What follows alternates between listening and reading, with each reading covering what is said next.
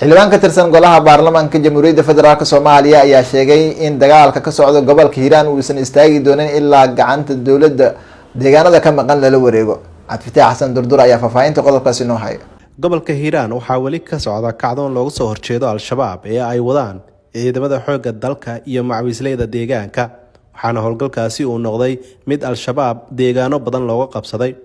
maxamed cabdiqaadir oo ka mid ah xildhibaanada laga soo doortay Hirshabeelle ayaa sheegay in dagaalka lagula jiro al-shabaab uu markiisii hore uu ku bilowday si fudud oo aan horey loogu balamin, balse maanta uu marayo in Soomaali oo dhan ay ku wada baraarugto.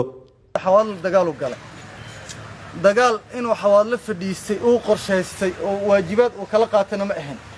dagaalku waxa ogtiin inuu ku bilowday si fudud ilqabata ah. xawaadlu dagaalka markuu qayb ka mid ah xawaadlu waxa badda ay bilaabeen oo dagaalka rag dad la laay antina la gubay. xawaadlu dagaalku wada gala mid afka ku gala mid lacag baxsha iyo mid wiil iyo qorayba fagaaraha geeyo. waxaan sabab u ahay oo koow ka ahay dagaalkaas socday in horta indhaha caalamkana lagu soo jeediyo, dawladnimadana lagu soo jeediyo, dagaalkana laga dhigo dagaal weyn. waxaan ka soo degay magaalada Beledweyne, waxaan tagay meel la yiraahdo Hees. meeshaas dhiirigelinta inaan dadkii la hadalno dawladii inaan la hadalno caal iyo dadkii kale danaha nagal dhaxeeyeen. halkaas ayaan shaqada ku sii wadnay. heesaan ka baxnay ilaa markii dambe aan ceel helay halkan aan laamiga ka soo galay. kadib haddana waxaan u laabtay Muqdisho, shaqooyinka caadiga aan xamar ka sii watay. mar labaad haddaan imaaday. markii hore marka ma aysan suurtagal inaan kulano shaqadu bilow ah daraadeed. xamar hadda markii la joogay xawaadle waxa la iskugu wacay in la iskugu tago meesha la yiraahdo Maxaas.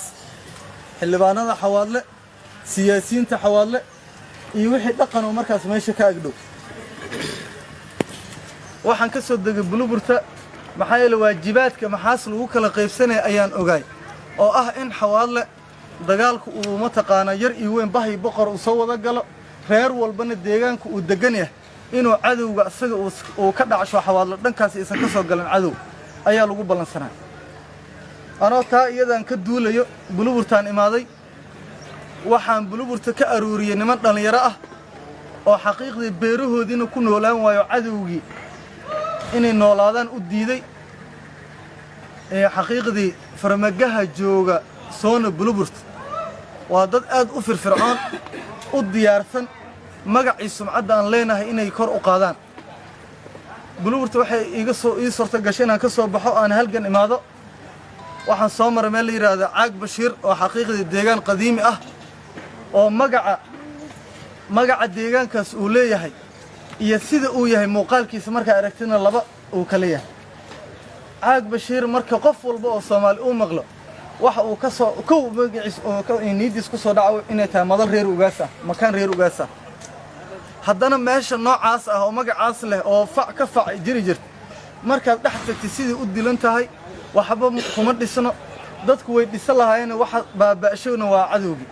3 fasal ku taalo, 3dina jiingadiya ma aragtay inaad aragtaan oo maleena social media. 3dina jiingad la'aan waa basala lagu xareeyo hadda. hadalkan ayaa xildhibaanku waxa uu ka sheegay madal uu kulan kula qaadanayay dadka deegaanka ee gobolka Hiiraan, iyagoona ku wada balamay in dagaalka lagula jiro al-shabaab hal meel looga soo wada jeesto.